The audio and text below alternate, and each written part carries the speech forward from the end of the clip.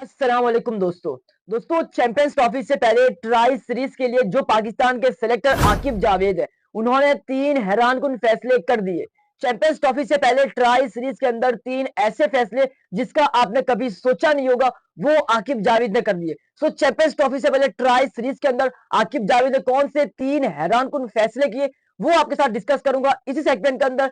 और उस फैसले के अंदर बाबर आजम शामिल नहीं है, यानी उस फैसले के अंदर बाबर आजम को बाहर कर दिया है। बाबर आजम कौन से फैसले के अंदर बाहर हुआ है वो भी आपके साथ डिस्कस करूंगा इसी सेगमेंट के अंदर। उसके अलावा जो पाकिस्तान क्रिकेट बोर्ड के चेयरमैन मोहसिन नकवी है उन्होंने जो पाकिस्तान का स्क्वाड अनाउंस हुआ उस स्क्वाड के अंदर 3 ऐसे नाम, 3 ऐसे खिलाड़ी जिनके ऊपर वो बहुत बड़ा फैसला करने जा रहे हैं। यूं समझ लो कि उनको वार्निंग देने जा रहे हैं। वो 3 खिलाड़ी कौन से जिनके ऊपर मोहसिन नकवी नाराज है उसके ऊपर आपके साथ डिस्कस करूंगा इसी सेगमेंट के अंदर। मगर उससे पहले मेरी आप तमाम फैंस से रिक्वेस्ट है कि आप तमाम फैंस मेरी वीडियो को लाइक, चैनल को सब्सक्राइब लाजमी करें और साथ साथ मेरे फेसबुक पेज को भी फॉलो करते जाएं। दोस्तों सबसे पहले मैं आपके लिए एक सवाल रख देता हूं। जैसा कि जो पाकिस्तान का चैंपियंस ट्रॉफी का स्क्वाड अनाउंस हुआ तो आपके ख्याल में आपके 2 प्लेयर्स कौन से ऐसे हैं जो आपके ज्यादा फेवरेट प्लेयर है, यानी आपके 2 फेवरेट प्लेयर जो पाकिस्तान के स्क्वाड में शामिल है उन फेवरेट प्लेयर के नाम हमारे साथ कमेंट बॉक्स में लाजमी शेयर करना। अब सबसे पहले बात करते हैं कि जो चैंपियंस ट्रॉफी से पहले एक ट्राई नेशन सीरीज खेली जानी है पाकिस्तान, न्यूजीलैंड और साउथ अफ्रीका के दरमियान। तो उस सीरीज के अंदर आकिब जावेद ने 3 बहुत हैरानकुन फैसले कर दिए। उन हैरानकुन फैसले के अंदर बाबर आजम शामिल नहीं है। आकिब जावेद ने कौन से फैसले किए, कौन से ऐसे फैसले जिसके अंदर बाबर आजम शामिल नहीं है वो पहले आपके साथ डिस्कस करता हूं। फिर बात करेंगे मोहसिन नकवी की कि उन्होंने 3 हैरानकुन नाम जिनके ऊपर एक बड़ा फैसला करने का सोच लिया है।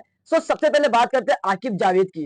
जैसा कि चैंपियंस ट्रॉफी से पहले एक छोटी सी ट्राई नेशन सीरीज खेली जानी है और उस ट्राई नेशन सीरीज के अंदर आकिब जावेद पाकिस्तान के सिलेक्टर है। उनके पास बड़ी बड़ी पावर्स है, उनके पास बड़ी बड़ी अथॉरिटीज है, वो जब चाहे कुछ भी चाहे कर सकते हैं। तो इसीलिए आकिब जावेद ने 3 फैसले करने का सोच लिया और लगभग उस फैसलों को कर दिया है। वो 3 फैसले कौन से हैं उसके अंदर सबसे बड़ा फैसला जो पाकिस्तान के स्क्वाड अनाउंस हुआ उसके अंदर सिर्फ एक ओपनर है, फखर जमान। तो आकिब जावेद ने सबसे बड़ा फैसला यह किया कि जो पाकिस्तान का ओपनर है यानी जो पाकिस्तान की ओपनिंग जोड़ी है उसको ट्राई सीरीज के अंदर सेट करने का सोच लिया है। क्योंकि जो नाम आ रहा था फखर जमान के साथ वो बाबर आजम का आ रहा था, वो मोहम्मद रिजवान का आ रहा था और सऊद शकील का आ रहा था। मगर अब आकिब जावेद ने जो पहला फैसला किया वो ये कि जो फखर जमान है उसके साथ ट्राई सीरीज के अंदर सऊद शकील को मौका दिया जाएगा। यानी सऊद शकील ने पीएसएल के अंदर डोमेस्टिक के अंदर ओपनिंग की है, जिसकी बुनियाद पर आकिब जावेद ने यह फैसला किया है कि जो सऊद शकील है वो अब आपको ट्राई नेशन सीरीज के अंदर फखर जमान के साथ ओपनिंग करते हुए नजर आएंगे। अगर सऊद शकील ओपनिंग स्लॉट के अंदर फखर जमान के साथ कामयाब हो जाता है तो फिर 100% वो आपको चैंपियंस ट्रॉफी के अंदर भी ओपनिंग जोड़ी करते हुए नजर आएंगे फखर जमान के साथ। तो इसके अंदर जो आकिब जावेद का फैसला है उसमें बाबर आजम बाहिर हो गए, यानी बाबर आजम का नाम आ रहा था कि बाबर आजम चैंपियंस ट्रॉफी और ट्राई नेशन सीरीज के अंदर फखर जमान के साथ ओपनिंग करेंगे। लेकिन इस फैसले के अंदर बाबर आजम को बाहर कर दिया है क्योंकि जो पाकिस्तान के सिलेक्टर्स और पाकिस्तान की मैनेजमेंट है वो चाहता है कि हम जो 2 सीनियर खिलाड़ी है मोहम्मद रिजवान और बाबर आजम उनको उनके नंबर पर ही खेलने दे। तो इसलिए आकिब जावेद का ये बहुत बड़ा फैसला है जिसके अंदर फाइनल फैसला कर लिया है कि फखर जमान और Saud Shakeel tri nation series के अंदर आपको ओपनिंग स्लॉट के अंदर नजर आएंगे। उसके बाद आकिब जावेद का दूसरा बहुत हैरानकुन फैसला है, यानी जिस तरह पाकिस्तान ओडीआई फॉर्मेट के अंदर जब से रिजवान कप्तान बने तब से पाकिस्तान सिर्फ 4 प्रॉपर बॉलर्स के साथ जा रहे थे और जो 5वां बॉलर था वो सलमान अली आगा और साइम अयूब थे। तो आकिब जावेद ने फैसला कर लिया है कि जो ट्राई नेशन सीरीज है उसके अंदर भी 4 प्रॉपर बॉलर्स आपको खेलते हुए नजर आएंगे और जो बाकी का 5वां बॉलर है वो आपको सलमान अली आगा और खुशदिल शाह करते हुए नजर आएंगे।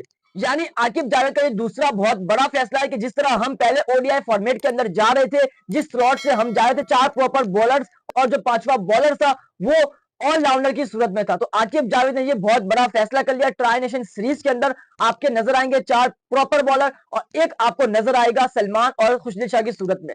तो ये दूसरा बहुत बड़ा फैसला है।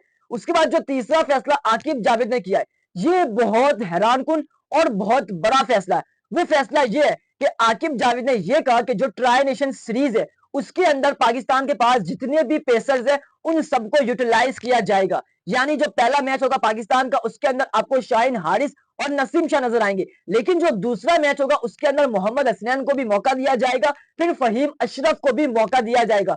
क्यों? क्योंकि जो चैंपियंस ट्रॉफी का स्क्वाड है उसके अंदर तो हारिस नसीम और शाहीन आपको नजर आएंगे, मगर खुदा ना खास्ता अगर किसी बॉलर्स को इंजरी हो जाती है तो पाकिस्तान के पास बैकअप तो मौजूद है, लेकिन बैकअप भी तैयार होना चाहिए, जैसा कि हसनैन या फहीम, क्योंकि उनको भी तैयार करना पाकिस्तान के सिलेक्टर का काम है। तो इसीलिए आकिब जावेद ने यह कहा है कि जो हसनैन और फहीम अशरफ है उनको भी ट्राई नेशन सीरीज के अंदर भरपूर मौका दिया जाएगा ताकि वो चैंपियंस ट्रॉफी के लिए तैयार हो जाए। तो ये तीन हैरानकुन फैसले आकिब जावेद ने चैंपियंस ट्रॉफी से पहले ट्राई सीरीज के लिए कर दिया, और इसके अंदर बाबर आजम शामिल नहीं है, यानी ओपनिंग स्लॉट के अंदर। तो आपने कमेंट बॉक्स में लाजिम बताना कि जो आकिब जावेद ने तीन फैसले किए ट्राई सीरीज के लिए, क्या ये ठीक है या नहीं? आपको क्या लगता है कि ऐसा करना चाहिए या नहीं? इस बारे में आपने लाजमी राय देनी है। अब बात करते हैं कि जो पाकिस्तान का स्क्वाड अनाउंस हुआ चैंपियंस ट्रॉफी का, उस स्क्वाड को लेकर अभी सिर्फ 1.5 दिन हुआ है और पाकिस्तान के बड़े बड़े लेजेंड्स तनकीद का निशाना बना रहे हैं पाकिस्तान के सेलेक्टर्स,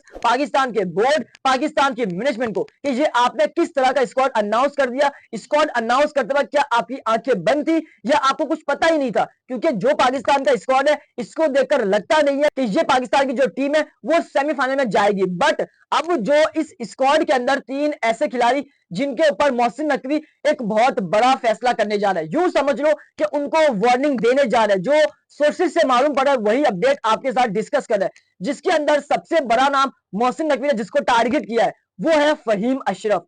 यानी जो फहीम अशरफ है, लास्ट आप सबको मालूम है कि उन्होंने जो आईसीसी इवेंट खेला था वो 2017 की चैंपियंस ट्रॉफी खेली थी। उसके बाद 7 साल हो गए उन्होंने कोई भी आईसीसी इवेंट नहीं खेला और एकदम से उनका पाकिस्तान टीम में आना सबको सरप्राइज कर गया, जिसकी बुनियाद पर मोहसिन नकवी ने फहीम अशरफ को टारगेट का निशाना बना दिया। उसके बाद दूसरा नाम उस्मान खान।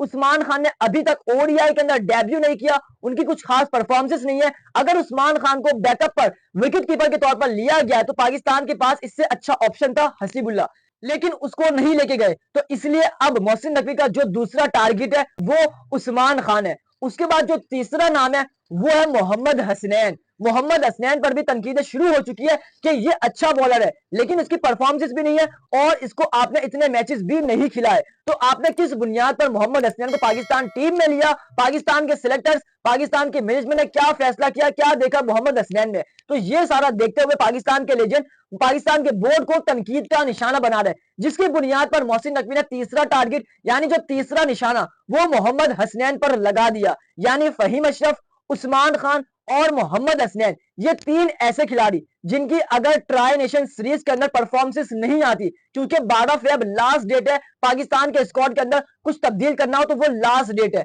अगर उस तक पाकिस्तान के ये तीन खिलाड़ी जिनकी परफॉर्मेंस नहीं आती तो फिर मोहसिन नकवी कुछ भी कर सकते हैं, बड़ा फैसला कर सकते हैं। यूं समझ लो कि इनको वार्निंग जारी कर दी है। तो दोस्तों कमेंट बॉक्स में आप अपनी कीमती राय जरूर दें कि जो मोहसिन नकवी ने बड़ा फैसला करने का सोचा है, यानी जो वार्निंग जारी करने का सोचा है जिसके अंदर तीन नाम है, क्या ये ठीक नाम है? क्या इनको वार्निंग जारी करनी चाहिए? क्या ये स्क्वाड का हिस्सा होना चाहिए? इस बारे में आपने लाजमी राय देनी है। जाते जाते सब्सक्राइब करें, वीडियो को लाइक करें, अगर वीडियो पसंद आए तो इस वीडियो को आगे ज्यादा से ज्यादा शेयर करें। उम्मीद करता हूं कि आपको मेरा आज का व्लॉग काफी पसंद आया होगा।